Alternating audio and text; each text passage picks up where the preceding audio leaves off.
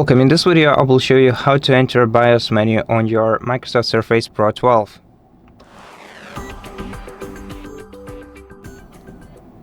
So to enter BIOS or Windows UEFI menu on this device, you're gonna have to first of all shut down your device completely, and after that you're gonna need to hold down the volume up button, and while holding it down you have to short press the power button once and then wait until BIOS menu appears on your screen.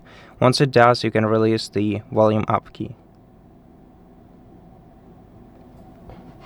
Here you can navigate using your touch screen, touchpad if you have your keyboard attached. On the left side you have the sidebar with different categories, and on the right side you have the interface where you can change the values. If you want to exit after you made all the changes, just tap exit on the left side and select restart now.